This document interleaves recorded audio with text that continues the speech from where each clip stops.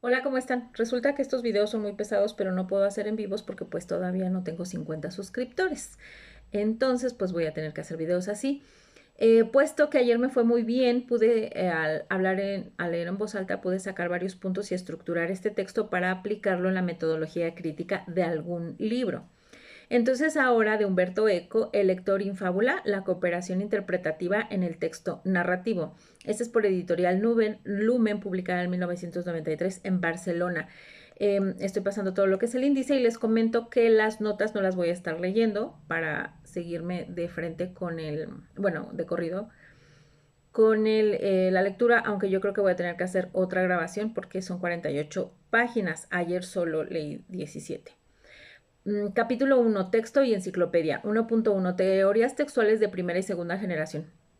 Desde el comienzo del desarrollo de las semióticas textuales, se perfilaron dos tendencias, de modo que cuando hablamos de teorías de primera y segunda generación no se trata de una distinción cronológica, nos referimos más bien a una primera generación extremista y muy polémica respecto a la lingüística de la oración, y más aún respecto de la del código, y una segunda generación que en cambio trataba de conseguir una sagaz fusión entre ambas posibilidades y fijaba puntos de enlace entre un estudio de la lengua como sistema estructurado que precede a las actualizaciones discursivas y a un estudio, aunque solo se le enfoque desde el punto de vista émico, de los discursos o de los textos como productos de una lengua ya hablada o en todo caso destinada a ser hablada, si en este último caso hablamos de teorías de segunda generación. Ello expresa una valoración de su complejidad semiótica, su capacidad de mediar entre diferentes universos de investigación y su intento de elaborar un enfoque unificado. El hecho de que a veces ciertos intentos de segunda generación hayan precedido, precedido a intentos de primera generación representa solo una violación parcial de las reglas genéticas. Por ejemplo, la semiótica de Peirce es, por cierto, una teoría de segunda generación, pero fueron necesarias las teorías de primera generación para que las de la segunda que la habían precedido se actualizaran en forma plena. A decir verdad, se trata de un proceso aún en curso. De todos modos, se perfilan y se siguen perfilando un debate entre uno y una teoría de los códigos y de la competencia enciclopédica, según la cual una lengua, sistema de códigos interconectados, en un determinado nivel ideal de inconstitucionalización, permite o debería permitir prever todas sus posibles actualizaciones discursivas, todos sus usos posibles en contextos específicos. Y dos, una teoría de las reglas de generación e interpretación de las actualizaciones discursivas. En realidad, las teorías de ambas generaciones han demostrado la existencia de ciertas propiedades de un texto que no pueden ser propiedades de una oración. Ambas admiten que la interpretación de un texto depende también, aunque no principalmente, de ciertos factores pragmáticos y que por consiguiente no cabe abordar un texto a partir de una gramática de la oración que funcione sobre bases puramente sintácticas y semánticas. En general, las teorías de primera generación consideran que el prompt pseudón de una gramática de una oración reside en su limitación lexicalista, de donde surge la imposibilidad de que una teoría construida sobre esta base logre explicar el significado de una oración como el mero agregado o amalgama de unos significantes léxicos codificados previa y definitivamente. Ya autores como Buissens, 1943, Prieto en 1964 o de Maurer en 1970 había sostenido que, dada una expresión como dámelo, no se la puede desambiguar mediante un mero análisis gramatical de dar, me y lo, porque dicha expresión adquiere significados distintos de acuerdo con las distintas situaciones de enunciados. Naturalmente, estas últimas entrañan procesos deícticos, menciones y presuposiciones de diversos tipos. Desde esa perspectiva, el intento de elaborar una teoría del discurso dotada de un componente pragmático importante provocaba el colapso de todo análisis léxico desarrollado mediante la noción de unos componentes elementales, ya se tratase de semas, de indicadores semánticos o de algún otro concepto equivalente. Ya fueran estos elementos integrantes de un conjunto infinito de rasgos universales, construcciones metalingüísticas o unidades lingüísticas usadas para definir otras unidades lingüísticas, como supone una semántica de los interpretantes de orientación peirciana. Todas estas objeciones de las teorías de primera generación son razonables cuando critican los intentos de análisis componencial elaborados en forma de diccionario. Ese tipo de análisis se niega a incluir dentro del marco teórico la información enciclopédica. Confróntese la discusión en ECO 1975, 2, ante expresiones como tendremos que volver a llevar a Juanito al zoológico y tendremos que volver a llevar el león al zoológico. Una teoría semántica en forma de diccionario parece postular una especie de competencia extraléxica. Ningún diccionario parece estar en condiciones de establecer una diferencia sensible entre ambas expresiones, de modo que resulta difícil decir si el león tiene que interpretar la expresión 2 como una amenaza y si Juanito puede interpretar la expresión 1 como la promesa de un premio. En ambos casos solo mediante una inserción contextual de cada una de las expresiones puede el destinatario tomar una decisión interpretativa definitiva. 1.2. Selecciones contextuales y circunstanciales. Sin embargo, nos parece incorrecto afirmar que un hablante nativo es incapaz de desambiguar las dos expresiones citadas cuando éstas le son presentadas fuera de contexto. Cualquiera está en condiciones de comprender intuitivamente que uno debería ser enunciado por una pareja de padres con intenciones didácticas, mientras que 2 probablemente es enunciada por un grupo de domadores, de recogeperros o de bomberos que de alguna manera han logrado atrapar un león que había huido de su cautiverio. Dicho de otro modo, un hablante normal tiene la posibilidad de inferir a partir de la expresión aislada su posible contexto lingüístico y sus posibles circunstancias de enunciación. El contexto y las circunstancias son indispensables para poder conferir a la expresión su significado pleno y completo, pero la expresión posee un significado virtual que permite que el hablante adivine su contexto. Esta sospecha es la que generan las teorías textuales de segunda generación. Estas teorías reconocen que para comprender un texto se necesitan reglas distintas de las que postula una gramática del enunciado, pero no por ello renuncia a los resultados de un análisis semántico de los términos aislados. Por el contrario, la teoría de la segunda generación tratan de construir o de postular un análisis semántico que analice los términos aislados como sistemas de instrucciones orientadas hacia el texto. Para esto es evidente que estas teorías deben pasar por un análisis en forma de diccionario, a un análisis en forma de enciclopedia o de tesaurus. Como ya he propuesto en el Tratado de la Semiótica General, un análisis componencial en forma de enciclopedia está fundamentalmente orientado hacia el texto porque considera tanto las selecciones contextuales como las selecciones circunstanciales. La única aclaración que acabaría de añadir de referir a una posible confusión terminológica, esta aclaración también permitirá afinar mejor el paquete de categorías que se utilizarán a continuación. En efecto, la oposición entre el par contexto-circunstancia usado en el tratado siguiendo una tradición bastante coherente y el par contexto-contexto usado en las teorías textuales más recientes. De hecho, parecía que el contexto de las teorías textuales corresponden a lo que en el tratado se llama contexto, mientras que lo que allí se llamaba circunstancia de enunciación sería en las teorías textuales. El contexto, sin embargo, la situación es un poco más compleja porque no se trata tanto de dos pares como de una terna de términos donde el primer término contexto es una categoría de la teoría textual, mientras que los otros dos son categorías de una teoría de los códigos o incluso de una teoría del sistema semántico de la lengua, teoría que al tener forma de enciclopedia obviamente toma en cuenta también las posibles condiciones de uso de los términos de dicha lengua. Veamos, pues, cómo se puede deshacer de este enredo.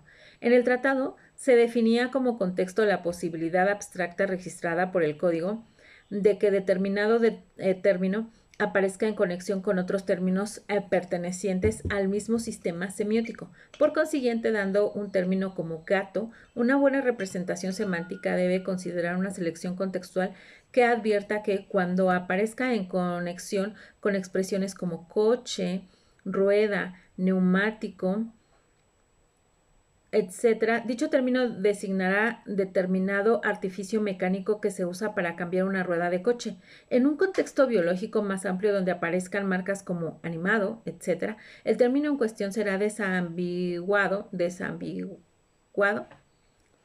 como referido a un animal mamífero, carnívoro, etc.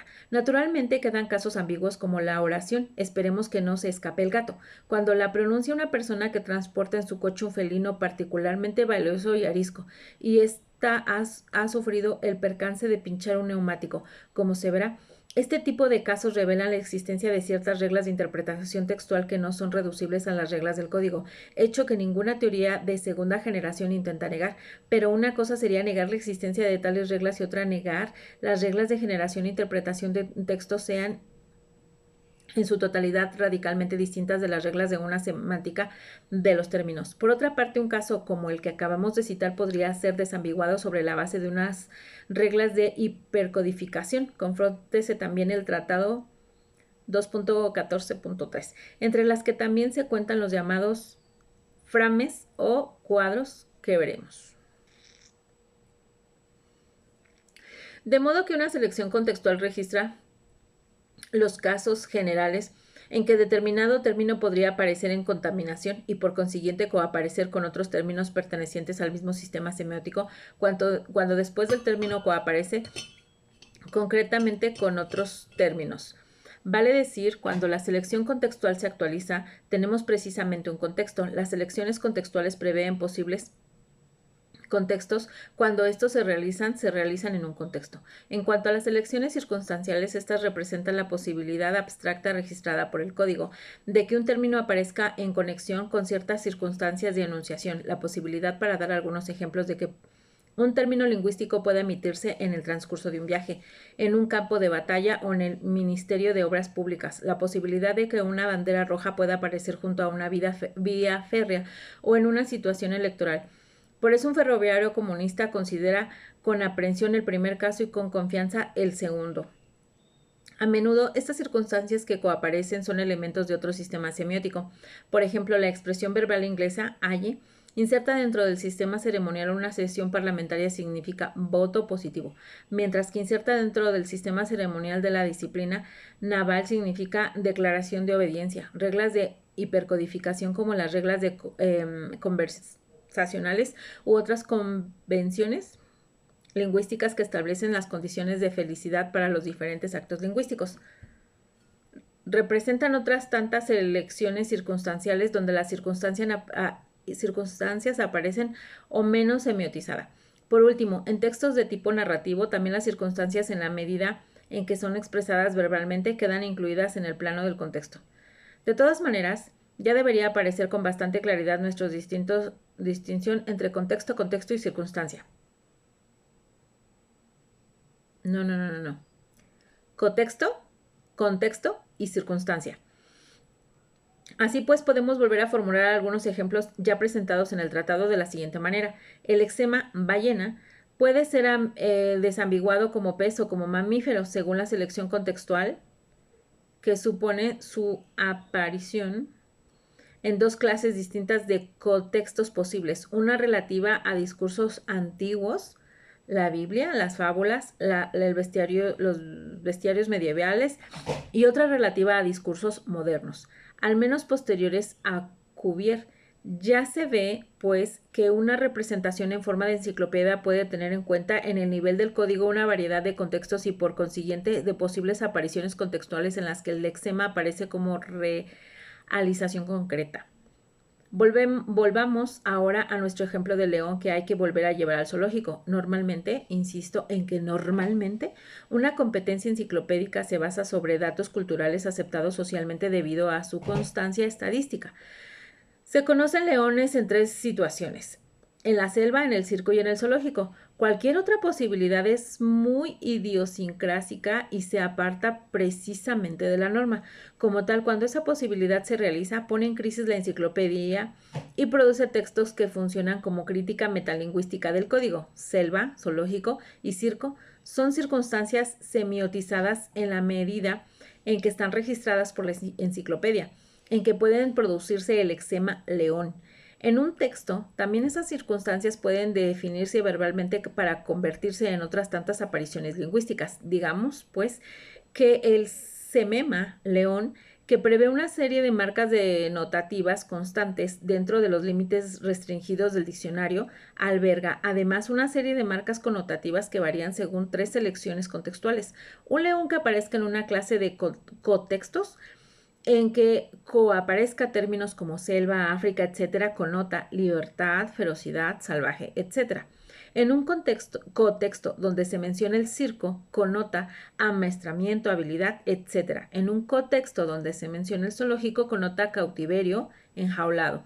A continuación, presentamos una representación enciclopédica de león que podría dar cuenta de estas selecciones contextuales. León, que sería D1 y DN. Contexto, selva, circo, zoológico. Y sería la primera libertad, ferocidad. Bueno, viene un cuadro conceptual de cómo se relaciona cada contexto con su contexto. En el enunciado 2, la expresión zoológico incluye semánticamente la marca de cautiverio a través de una amalgama bastante intuitiva con los significados de las expresiones que coaparecen. Se llega a la conclusión de que la expresión 2 se refiere a la intención de volver el león a una situación de cautiverio en la que se encontraba previamente. La expresión volver a llevar entraña que el objeto de la acción procede originariamente del sitio que constituye el terminus ate quem de dicha acción. A esta altura del proceso, mediante una serie de inferencias, el destinatario del mensaje llega a la conclusión de que el león debe de haberse alejado del zoológico huyendo y contra la voluntad de sus guardianes, y de que al fin y al cabo es probable que prefiera su actual situación de rebeldía al eventual retorno a su prisión. Estas indiferencias corresponden a la interpretación textual y el código nos la impone directamente, si bien, como veremos a continuación, cuando hablamos de los frames o cuadros, también ellas pueden producirse a partir de premisas tomadas de la competencia enciclopédica, porque la renuncia de los leones al cautiverio no solo el hecho de que por lo general no gozan de permisos de salida ni de vacaciones pagadas, de modo que únicamente salen de los zoológicos de tarde en tarde y por reprobables motivos accidentales. Está prevista por una serie de informaciones que circulan en la forma estandarizada precisamente como cuadros de eventos posibles y probables. 1.3. El semema como instrucción orientada hacia el texto. Veamos ahora qué conclusiones pueden extraerse de estas observaciones en lo que se refiere a la relación entre la teoría de los códigos y la teoría de la competencia textual. Todo enunciado, aunque se encuentre actualizado semánticamente en todas sus posibilidades de significación, requiere siempre un contexto. Todo enunciado necesita un contexto actual porque el texto posible está presente de manera virtual o incoactiva en el mismo espectro enciclopédico de los sememas que lo componen, como afirma Greimas, 1973-174. Determinada unidad semántica, por ejemplo, pescador, es en su propia estructura semémica un programa narrativo potencial. El pescador lleva implícitas, evidentemente, todas las posibilidades de la actividad que le es propia, todo lo que cabe esperar de él en materia de comportamiento. Cuando se le coloca en isotopía discursiva, se convierte en un papel temático que puede utilizarse en el relato. Diremos, pues, que una teoría textual necesita un conjunto de reglas pragmáticas que establezcan cómo y en qué condiciones el destinatario se encuentra contextualmente autorizado a colaborar en la actualización de lo que solo puede existir realmente en el contexto, aunque ya existía virtualmente en el semema. Peirce fue el primer semiológico que tomó la plena conciencia de esta dinámica al considerar, a partir de bases estrictamente lógicas, que un término era una proposición rudimentaria y que una proposición era un razonamiento rudimentario. Ahora bien, podría objetarse que una representación semántica mediante selecciones contextuales y circunstanciales funcionan bastante bien para los términos categoremáticos, pero resulta mucho menos eficaz para los sin categoremáticos, que evidentemente solo parecen desambiguables sobre bases contextuales. Sin embargo, en este sentido cabe adoptar dos posiciones diferentes. Los partidarios de una teoría de primera generación podrían decir: ¿por qué luchador debería tener significado también fuera de contexto, mientras que aunque, la palabra aunque solo lo adquiere sobre bases contextuales? Es cierto que sin un entorno contextual, la oposición genérica que sugiere la palabra aunque no se aplica a nada, pero no es menos cierto que sin en un entorno contextual tampoco sabemos para quién y contra quién lucha nuestro luchador, de modo que ningún término puede adquirir un significado satisfactorio fuera de contexto. Pero los partidarios de una teoría de segunda generación podrían responder: cuando encuentro luchador fuera de un contexto, al menos sé, y se trata de un buen punto de partida, que estoy frente a un agente presumiblemente humano que se coloca en una situación de conflicto físico o psicológico respecto de otro u otros seres humanos, o de fuerzas naturales, o en el caso de un uso retórico. Pero analógicamente, cuando me encuentro con una palabra aunque fuera de contexto, sé que un posible hablante se está colocando en una posición de conflicto o alternativa respecto de algo afirmado con anterioridad. Qué difícil. Pero aunque pueda señalarse que estas analogías también convendrá señalar las diferencias. En el caso del luchador, el contexto virtualmente sugerido parece instrumental respecto de una situación extrasemiótica a la que el texto se refiere. Mientras que en el caso de aunque, el mismo conflicto sugerido es un conflicto textual.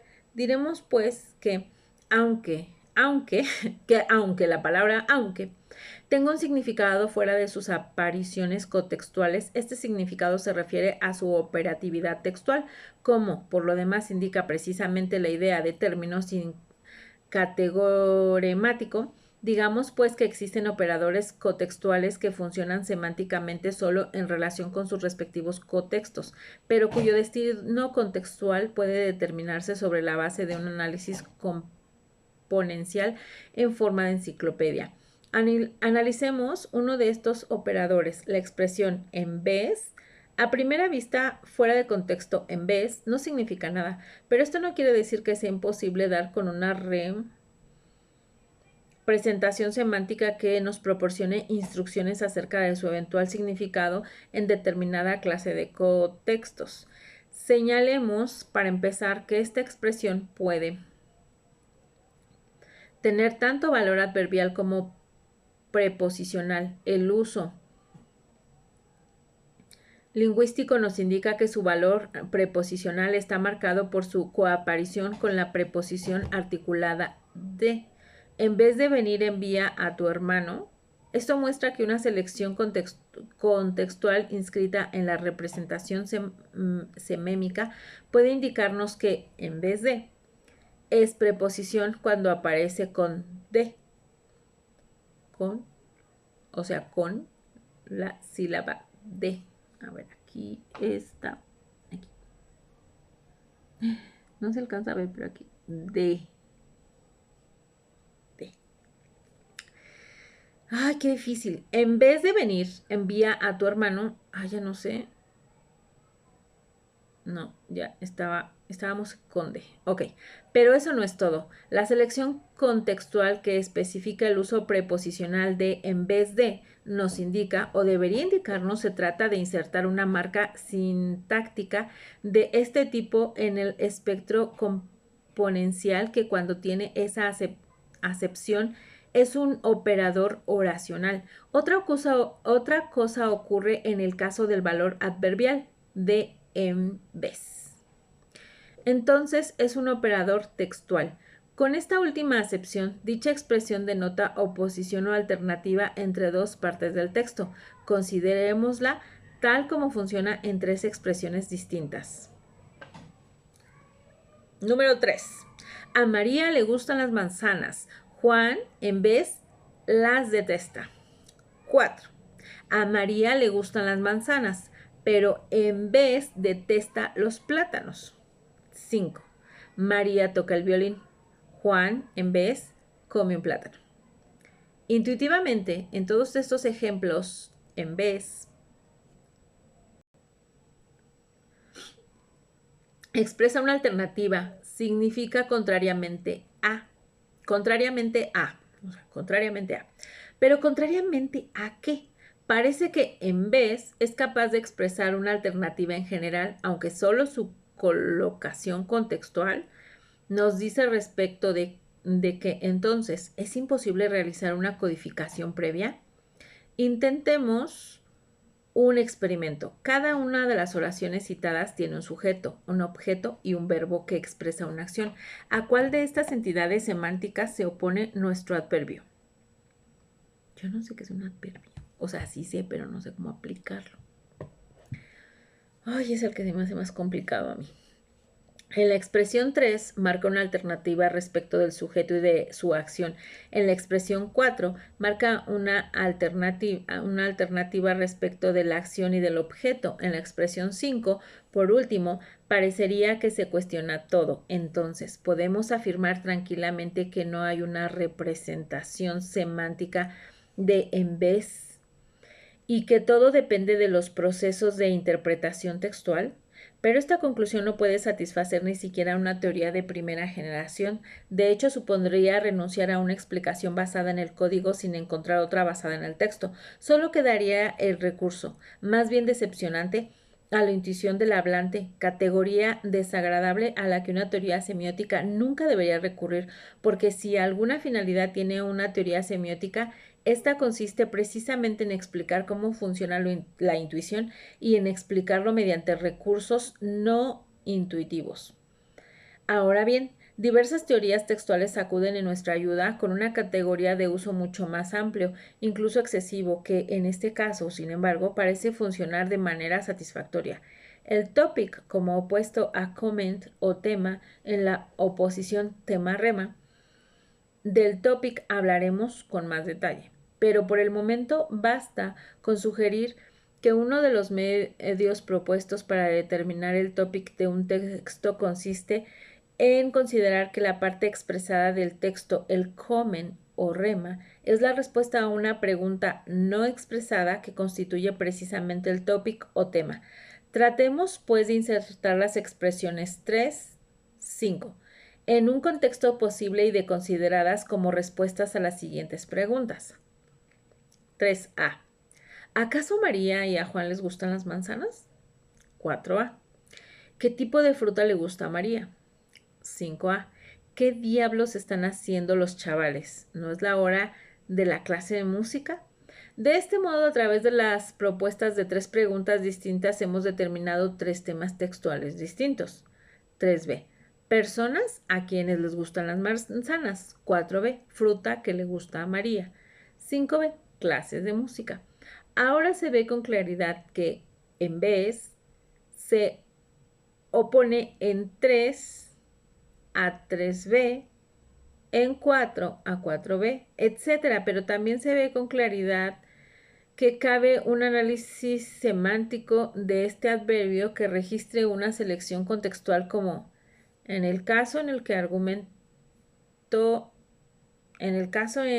que el argumento del texto topic o tema sea X, la expresión en cuestión indica una alternativa respecto de X de modo más sintético y teniendo en cuenta la doble valencia gramatical de dicha expresión, la representación en vez podría adoptar la siguiente forma, donde la marca genérica de alternativa permanece constante para toda posible selección contextual. Y viene otro cuadro contextual. No. Ay, se me olvidó cómo se llaman estos cuadros. Conceptuales. En vez es una alternativa y dice cont más d más z, preposición, situación de X. Y cont, topic,